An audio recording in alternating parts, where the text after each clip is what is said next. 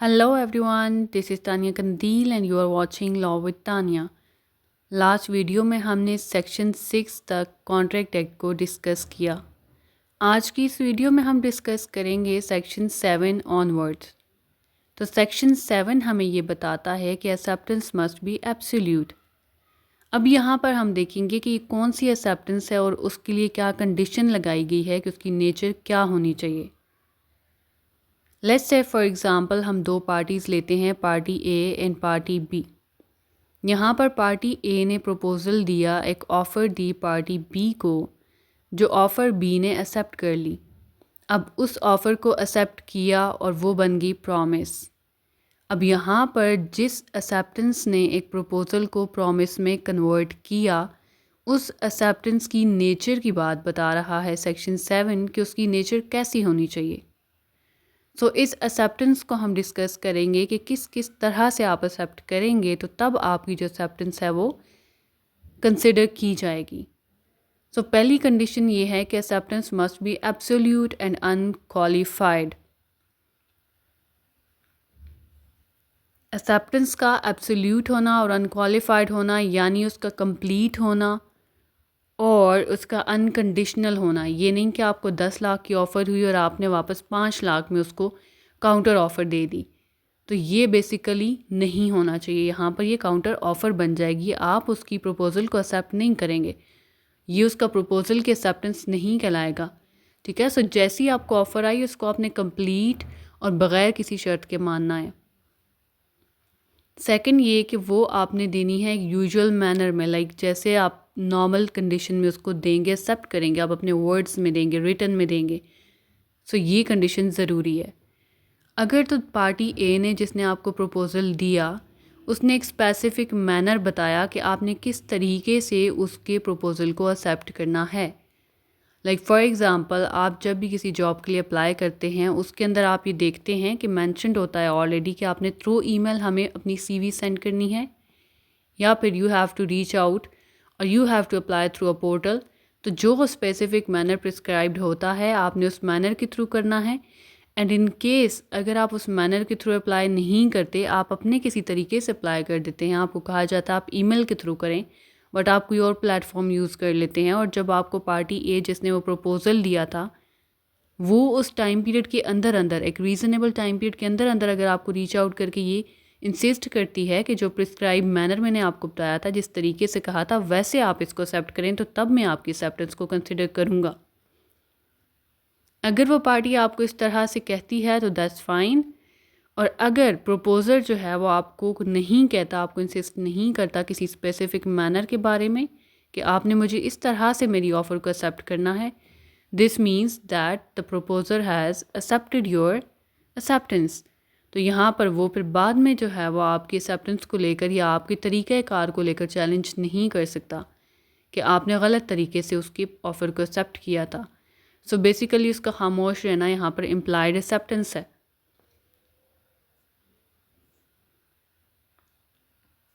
अब आपने देखा कि सेक्शन 7 के अंडर हमने ये देखा कि जो एक्सेप्टेंस होती है वो किस किस तरीके से हो सकती है।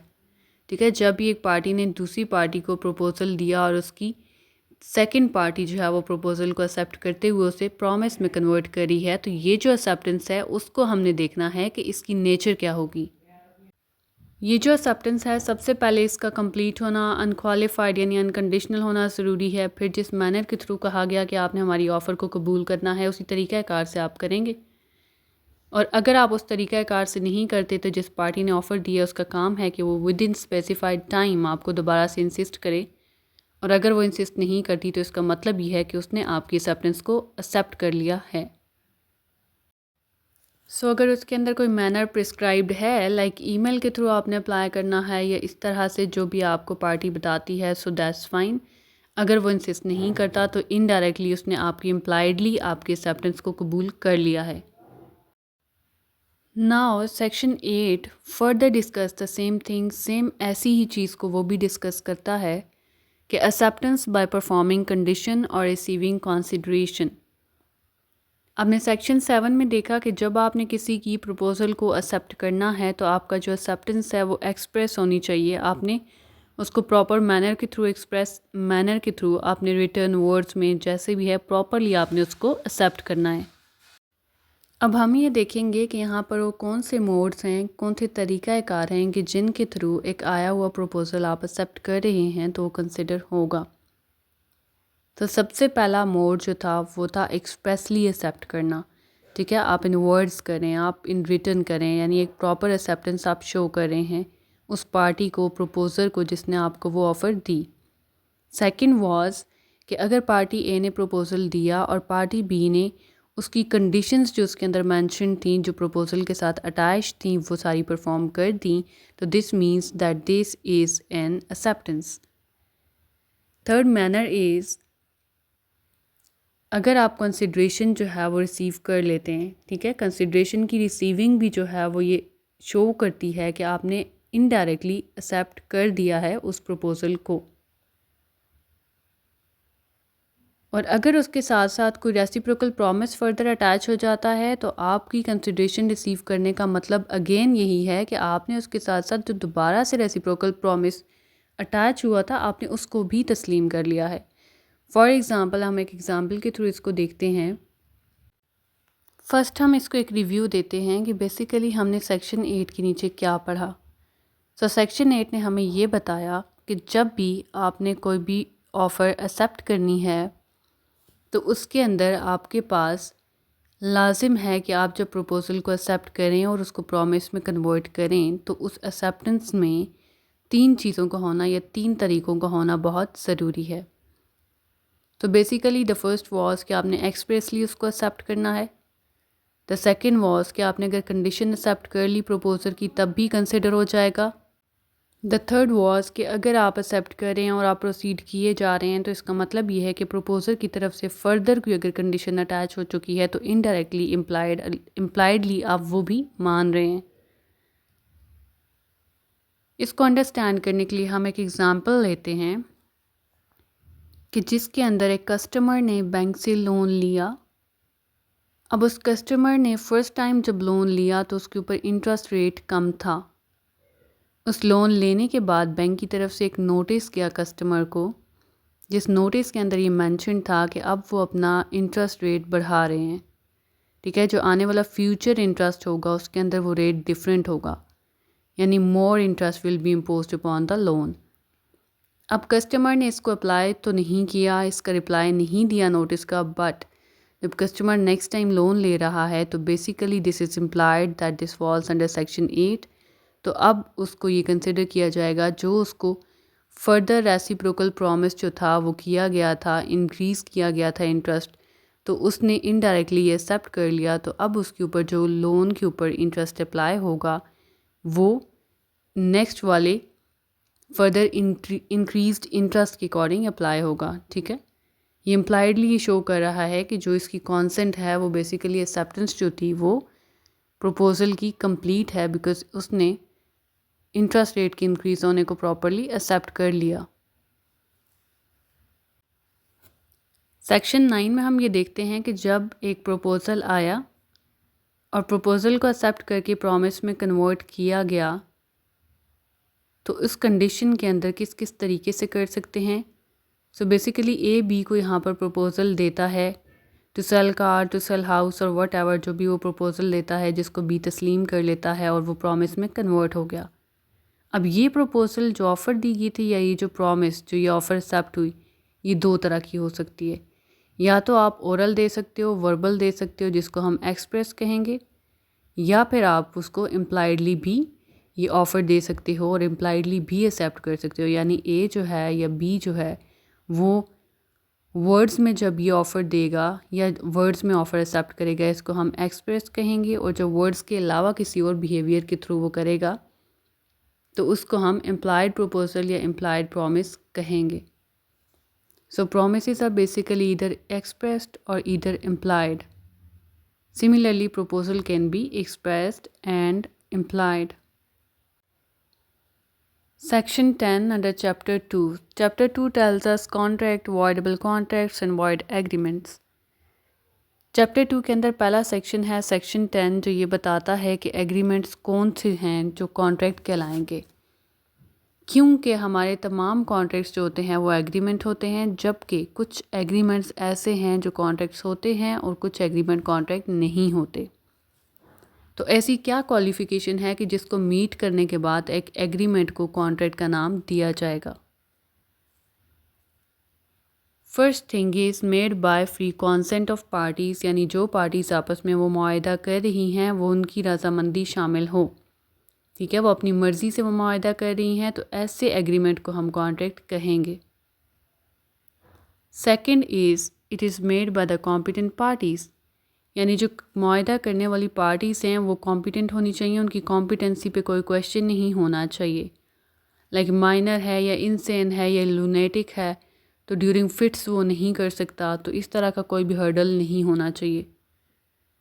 थर्ड इज़ कि जब आप कंसिडरेशन रखें उसके अंदर कोई मनी, कोई भी चीज़ जिसकी एक्सचेंज आपने करनी है वो लॉफुल होनी चाहिए, या फिर जो पर्पस है जिसके लिए आपने वो एग्रीमेंट किया वो भी लॉफुल होना चाहिए, इलीगल हरगिज़ नहीं होना चाहिए।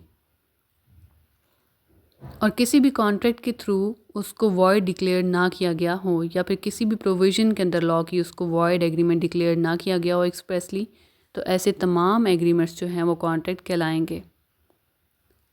अब यहाँ पर कॉन्ट्रैक्ट एक्ट फर्दर ये बताता है कि अगर किसी और एक्ट के नीचे, किसी और लॉ के नीचे ये रिक्वायरमेंट रखी गई है कि जब आप एक एग्रीमेंट करेंगे तो उसको राइटिंग में होना चाहिए,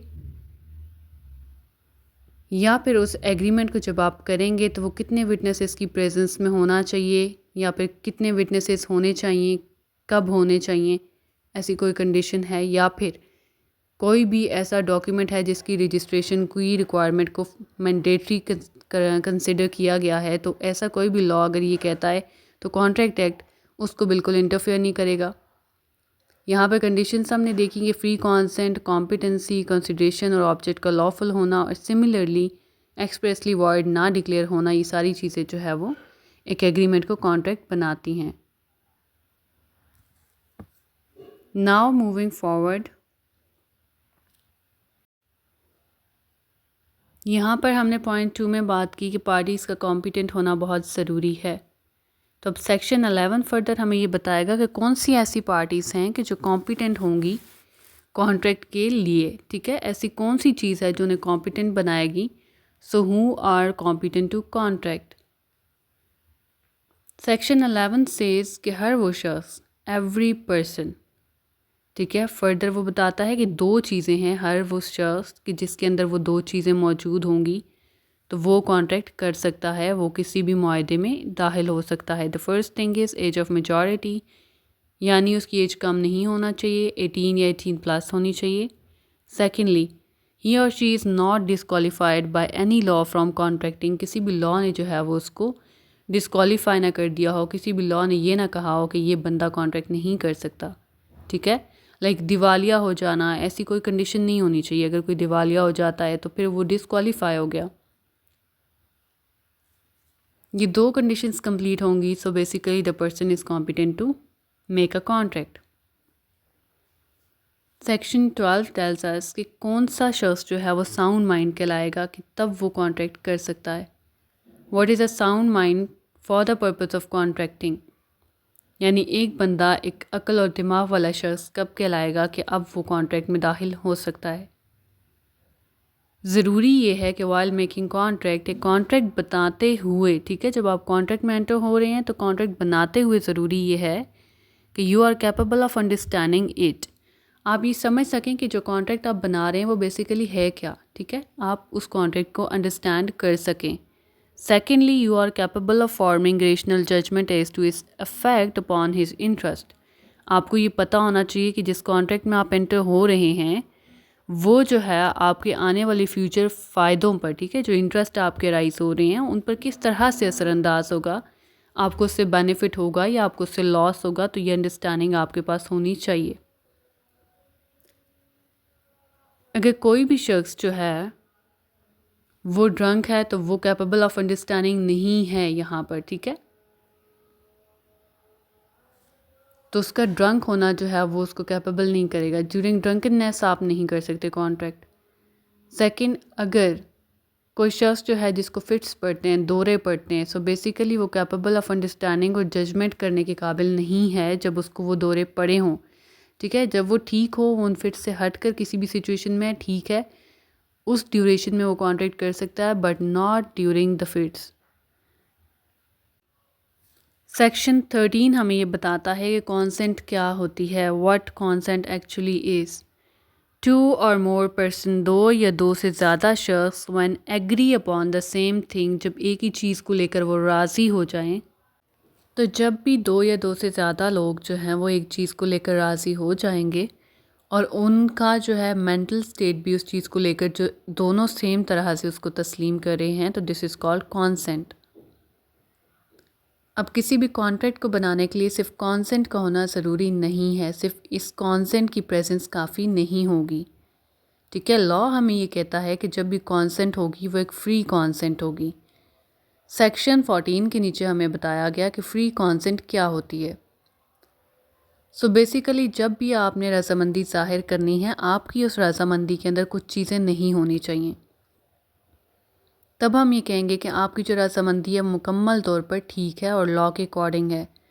द फर्स्ट थिंग इज़ कि उसके अंदर कोरियन नहीं होनी चाहिए, जो आगे फर्दर सेक्शन 15 में डिफाइंड है। ज़ोर ज़बरदस्ती नहीं होनी चाहिए या अनड्यू इन्फ्लुएंस, यानी कोई भी शख्स आपको दबाव में लाकर आपसे वो मर्ज़ी ना ले आपकी, या आपके साथ धोखा ना किया गया हो, फ्रॉड ना हो या मिसरिप्रेजेंटेशन ना हो, गलत बयानी के थ्रू ना ली गई और ना ही उसमें कोई गलती हो और मिस्टेक हो, तो ये फैक्टर्स नहीं होंगे, तो that is a free consent. Contract act के अंदर, ठीक है, इनको डिटेल से आगे डिस्कस किया गया है फर्दर 15, 16, 17, 18 से लेके 22 सेक्शन तक। कोरियन जैसा कि आपने देखा जुल्म और ज़बरदस्ती को कहते हैं, ठीक है। अनड्यू इन्फ्लुएंस का मतलब ये होता है कि किसी शख्स के पास कोई अथॉरिटी हो और वो आप पर असरअंदाज होकर आपसे वो फ़ैसला ले रहा है। फ्रॉड मतलब धोखा, मिसरिप्रेजेंटेशन यानी आपके साथ गलत बयानी की गई, और मिस्टेक यानी आपके साथ गलती से जो है वो हुआ, ठीक है। सो ये सारे फैक्टर्स नहीं होंगे तो आपका एक कॉन्ट्रैक्ट जो है वो फ्री कॉन्सेंट के साथ किया गया कहलाएगा। आज की इस वीडियो में हमने डिस्कस किया section 7 onward section 14। Stay tune and keep watching. अल्लाह हाफिज़।